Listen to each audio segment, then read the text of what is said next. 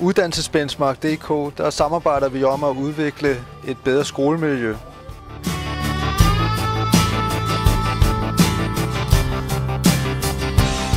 I dag der er vi i Netværk A samlet på Niels Brock omkring elevrådskonferencen i det her skoleår.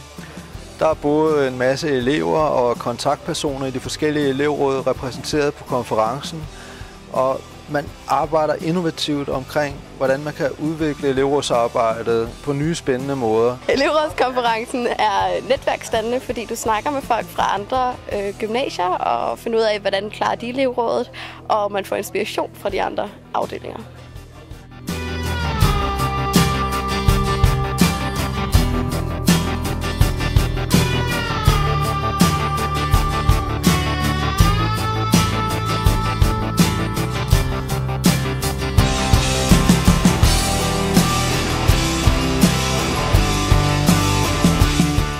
Faktisk lærer kreative folk at kende, når du smider vold op i luften og ser, hvad det lander, ikke? Den her elevrådskonference har været inspirerende, og man har fået nogle gode idéer, man kan tage med hjem til sin skole.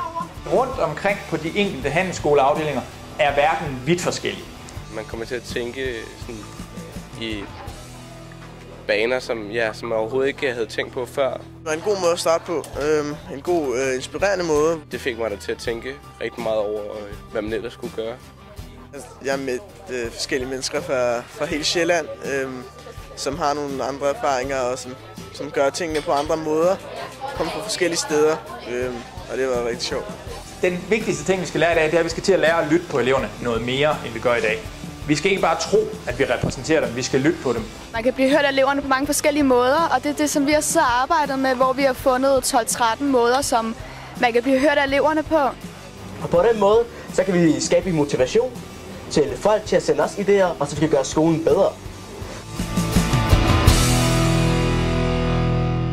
Og jeg synes, de folk, som er herinde, de går i hvert fald til at arbejde med en stor grad af seriøsitet og kreativitet. Og det er også bare, igen, det er godt, at der er nogle mennesker, som er intelligente og interessante, og som kan give noget feedback.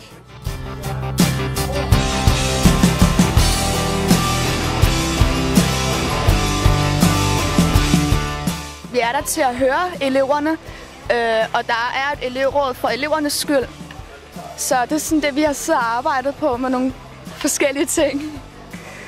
Det kræver ekstremt meget arbejde af jer. Det kræver, at I skal til ud og lytte på eleverne og kommunikere med eleverne.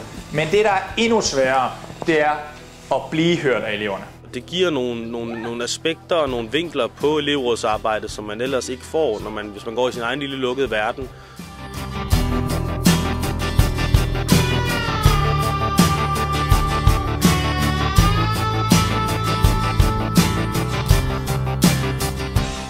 Jamen det fede ved et netværk som det her, det er, at på et tidspunkt, så for eksempel inden vi stopper her i dag, så kunne man måske udvikle e-mailadresser, så man kunne kontakte hinanden.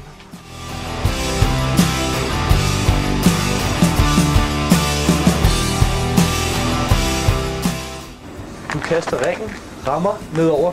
Det har så et tema, den ring du rammer. Og så kommer det så også som på vores tv-skærm, så vi laver en tv-avis også.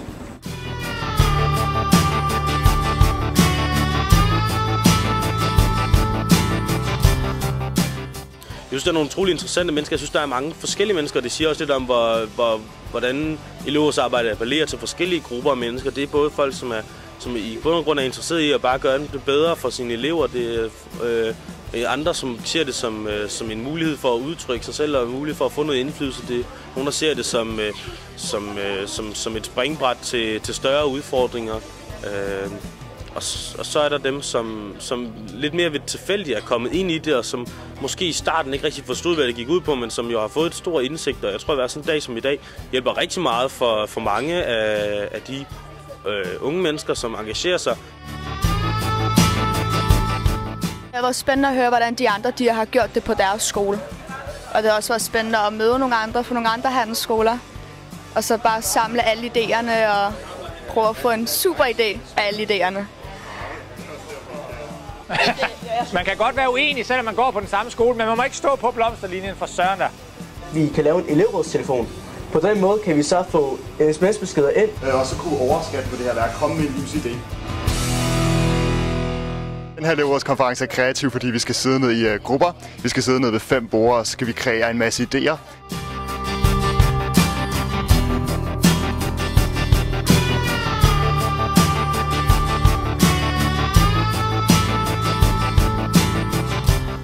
Og når vi så har fundet nogle idéer, så trækker vi nogle idéer ud.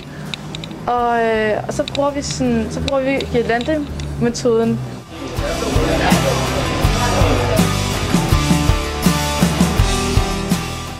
Og der mener vi også, at man kan slå 2 fluer med 1 smæk, så man både får nogle rigtig gode idéer til aktiviteter og til andre ting på skolen, og så vil man også få flere til at komme til fredagsbarrangementerne, så det er dobbelt konfekt lige der.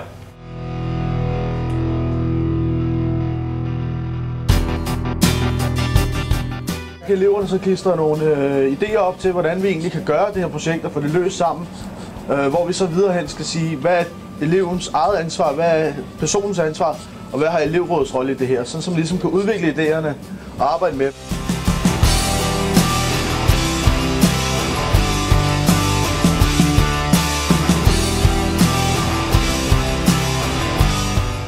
Så har vi fundet ud af, at vi vil lave en slags elevrådskonference, lidt eller det vi har været på i dag. Vi vil i stedet for, at der ligesom er et problem på forhånd, her var problemet at lytte til alle eleverne, så vil vi have eleverne selv til at finde ud af, hvad synes de problemet er på skolen, og derefter så skal de komme med løsninger på deres problem. På dagen vil der samtidig være en konkurrence, hvor at den, der ligesom er kommet på de bedste løsninger på, hvordan man kan løse de her problemer, de vinder en eller anden form for præmie. Talentfabrikken gør opmærksom på, at det er vigtigt, at man kommer med idéer til de personer, der skal deltage. Og så også viderelevere tidligere tiders gode erfaringer. Altså noget, der virkede. Frem for, at det er sådan, at man skal starte forfra hele tiden. Elevrådet skal være synligt og netop også have foræret nogle succeser en gang imellem, som de kan brande sig på. Noget funky indhold, altså noget, der appellerer til de unge, ikke? Så de synes, det er smart. Sidste spørgsmål, det er til jer, det er, hvordan synes I dagen i dag har været indtil nu? Dem, der stiller sig herover, de synes, at det er sgu egentlig gået meget godt, og det skal vi nok komme godt i mål. Og dem, der står herover, de tænker, oh my god, skal vi ikke snart hjem?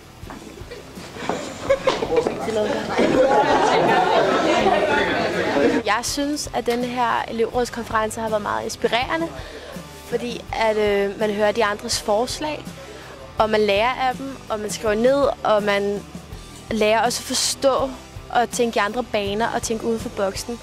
Og det vil jeg tage med tilbage til mit elevråd i hvert fald, og prøve at forklare dem og prøve at få dem lige så inspireret, som jeg er blevet i hvert fald.